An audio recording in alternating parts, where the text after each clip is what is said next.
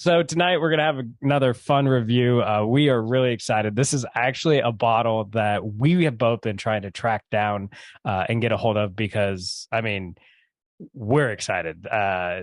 These guys do great things across the board, especially this lineup, which in-house they call the Evergreen lineup. So, teaser, if you know anything about them, you know what we're going to review tonight.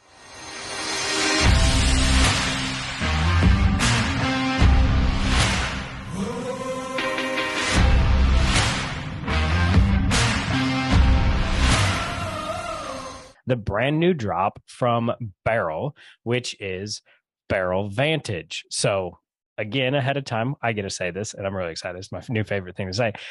Thank you to Barrell for supplying us this bottle to review. It will not affect our review in any other way other than me saying this little call out because, yeah, Chuck already bought his own too. But yeah, we will see. Is it worth the buy? So it is in their what they consider their evergreen lineup, which started with Dovetail, then became Seagrass, then Armida. Or was Armida before Seagrass?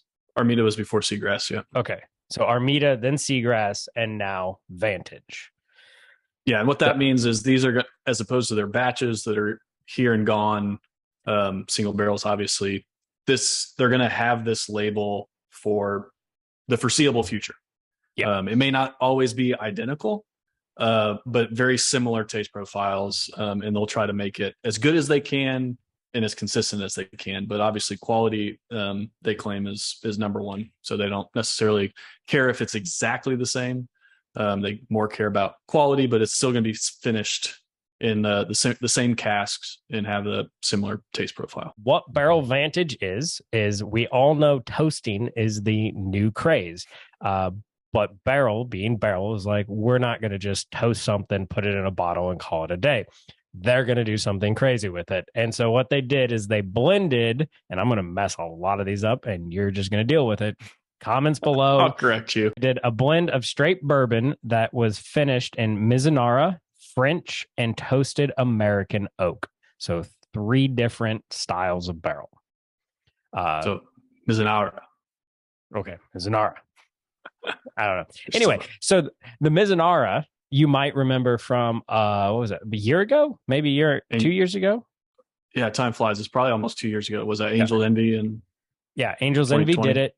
And they did this, and they were kind of one of the first to do it. So it's a Japanese tree. Well, yeah, first in the US. I mean, right. Japanese whiskeys have been finished in Mizunara for quite some time. Yeah. So it's obviously really hard to get all the way over to the United States. It's a really, really old tree. From what I've heard from the distillers that talk about it, super fragile. Like if you drop a regular oak barrel, it's not going to break. Apparently the Mizunara shatters. It's also very, very porous. So they leak a whole bunch and they have problems with that. So not a very easy thing to get a hold of and not a very easy thing to work with. But it does some amazing flavors to it. And to put this in perspective, the Angel's Envy was $600 a bottle, whereas this Barrell Vantage is $80 a bottle. Again, it's not 100%, but it's blended in. And then you get your traditional, your French oak and your American oak, which are pretty standard. So all 3 blended together. Yeah, fun Barrell trivia tidbit is that they were the first ones to put states of distillation on the bottle for a blend, a multi-state blend. Oh, okay.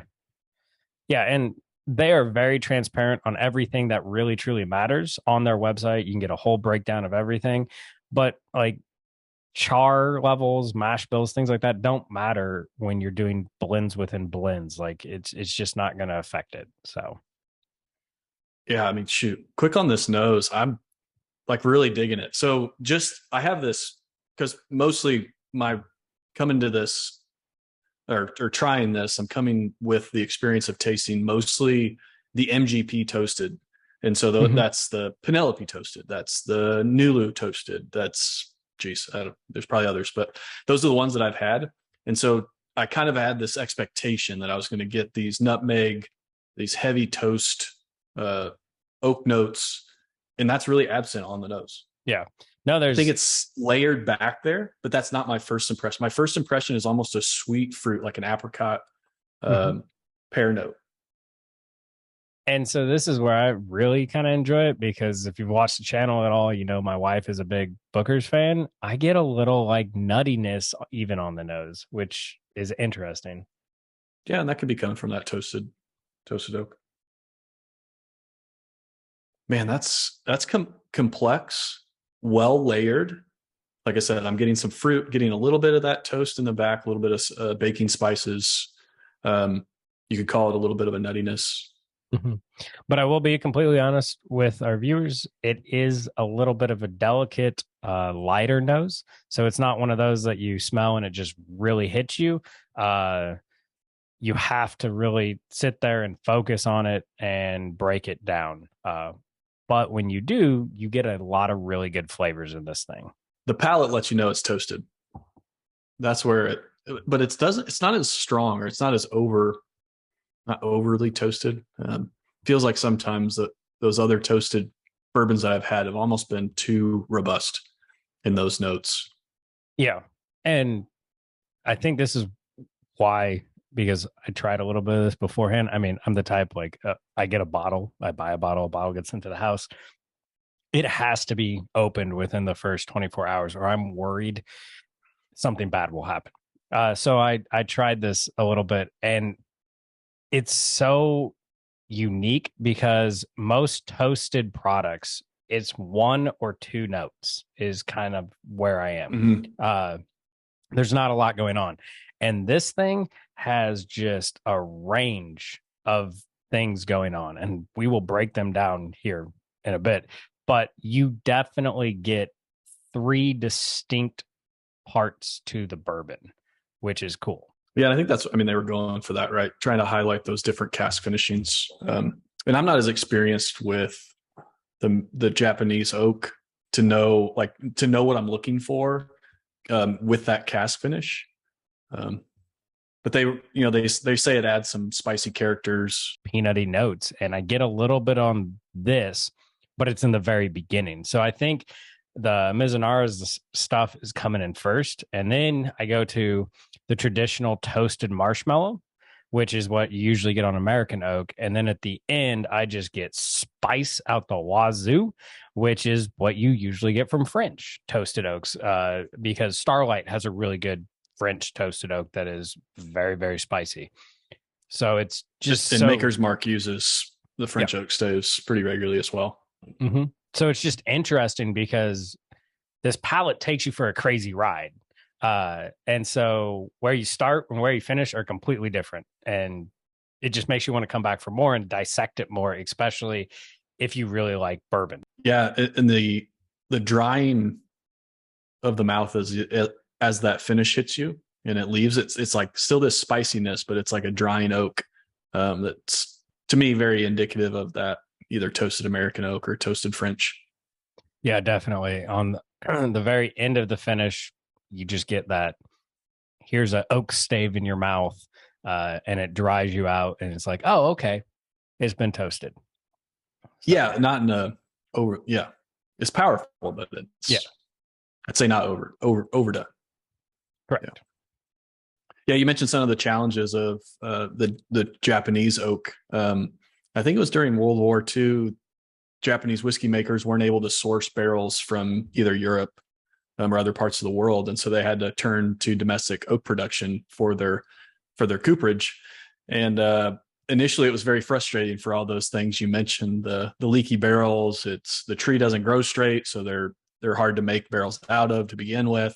Initially, they found the best flavors didn't come until you aged the whiskey much longer. Of course, they didn't know that until the whiskey was in the barrel for much longer. Mm-hmm. And so it came with all these challenges, but now it's an oak that's highly sought after in some really high quality whiskeys nowadays. So kind of an interesting story of how supply chain disruption created addition to whiskey that we can enjoy. I was like, do you want me to go first, then you can end the discussion, or do you want me? Sure. Yeah. Okay.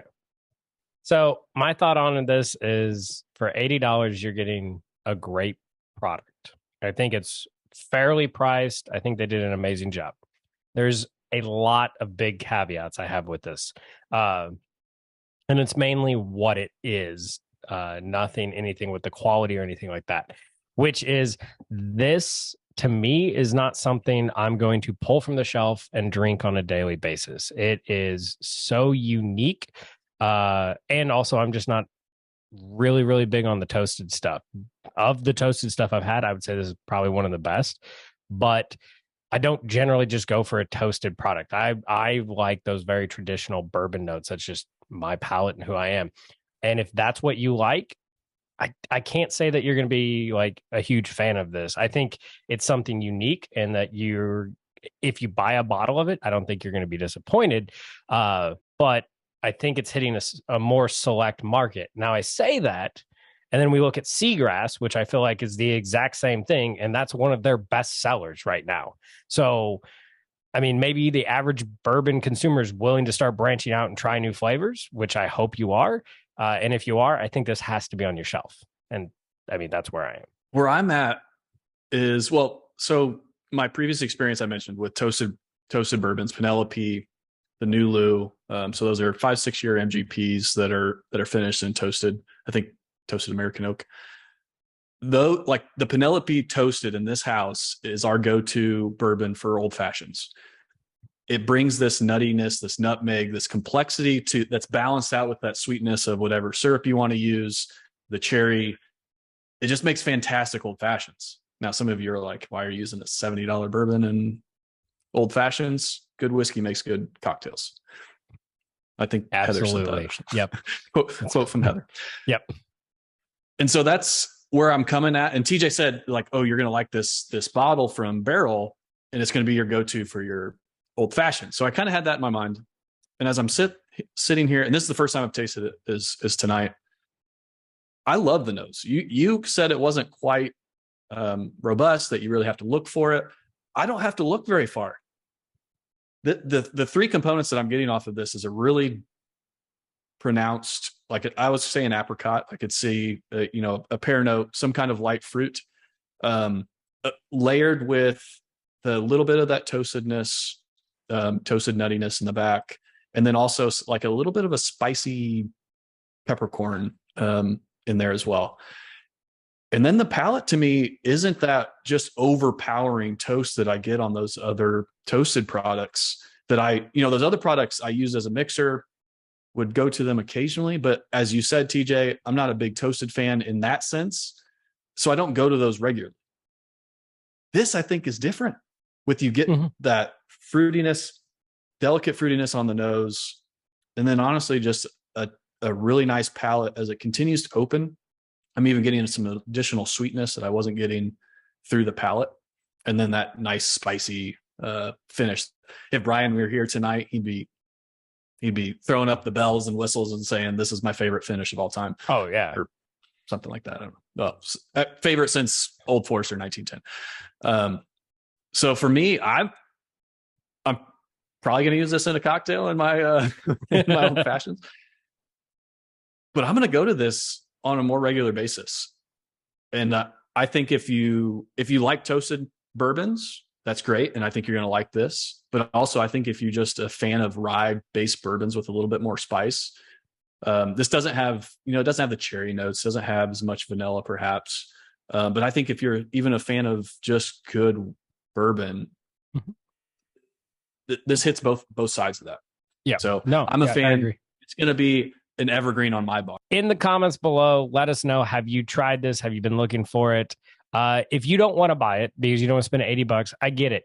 But I challenge you to go to a bar and try it. Go to a liquor store if you're lucky, like the liquor stores around me, where they will have a tasting bar and try it.